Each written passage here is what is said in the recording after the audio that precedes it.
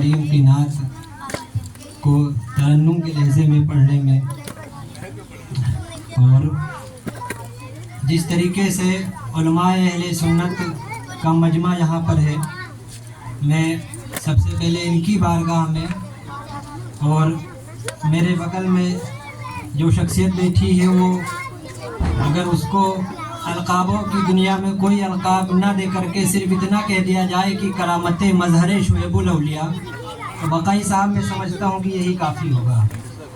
वो ज़ात हुजूर मंजूर मिल्लत मुफ्ती मंजूर अहमद क़िबला यार अलवी फैज़ी दामत बरकातहुल आलिया की जात है, जिस जात ने सरकार शुएबुल औलिया अलैहि रहमत व रिज़वान के मिशन को न सिर्फ यूपी बल्कि मुंबई में रह करके मुल्क हिंदुस्तान भर में फैलाया है।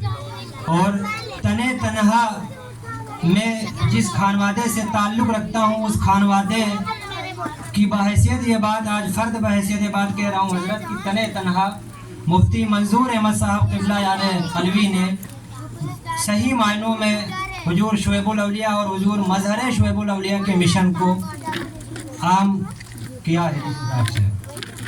और दूसरी बात, महफिल कोई भी हो, मजमा कोई भी हो, सरकार गौसे आजम के नाम से अगर मंसूब है तो छोटी या बड़ी नहीं हुआ करती है। मेरे गौस के नाम से सजी हुई महफिल वो छोटी या बड़ी नहीं होती, बल्कि आमाल का दारो मदार तो नियतों पर है। अगर आमाल और हमारे बेहतर है और नियत हमारी दुरुस्त है, तो मैं समझता हूँ कि अगर 5 आदमी की भी महफिल है और उसमें सरकार गौसे आजम का जिक्र है, तो मेरे गौस उसको ज़रूर कबूल फरमाएंगे। मेरे इमाम ताजदार अहले सुन्नत मुजद्दिदे दीन व मिल्लत ने हमेशा यही पैगाम दिया है कि या गौसे आजम नबवी मी अलवी फसल बतूली गुलशन, नबवी मी अलवी फसल बतूली गुलशन, या गौसे आजम हसनी फूल हुसैनी है महकना तेरा, हसनी फूल हुसैनी है महकना तेरा। और बगदाद शरीफ शाह बगदाद सरकार गौसे आजम रज़ी अल्लाह ताला अन्हु से इश्क का मेयार अगर सीखना है तो बिल यकीन बरेली शरीफ चलना पड़ेगा। आज उलमाए अहले सुन्नत की बारगाह में ये फ़कीर अरीज़ा पेश करता है और ये मेरे सामने बैठी हुई आवाम से भी कहता है कि जिस तरीके से आवाम पीरों की ताज़ीम करती है, पीरों का अदब बजा लाती है, आवाम पर उसी तरीके से उलमाए अहले सुन्नत के चमकते हुए सितारों की भी ताज़ीम वाजिब है। बिल यकीन उलमाए किराम नाइबे रसूल भी हैं और नाइबे गौसे आज़म भी हैं। उलमाए अहले सुन्नत की ताज़ीम और उलमाए अहले सुन्नत का अदब आवाम पर वाजिब है, आवाम पर लाजिम है, उसी तरह जिस तरीके से पीर का अदब आवाम करती है। इसलिए कि पीर जो है, जिस तरीके से हमें पीर अगर आलिम है और अगर आलिम नहीं भी है, फिर भी पीर की तालीम मैंने देखा है कि आवाम हर दर्जा ज़्यादा करती है, उसी बनिस्बत आवाम को उलमा अहले सुन्नत की ताज़ीम करनी चाहिए। फतावा रजविया शरीफ में मेरे इमाम ने फरमा दिया, अगर कोई शख्स आलिम की तहकीर इसलिए करता है कि वो आलिम है तो उसने कुफ्र किया।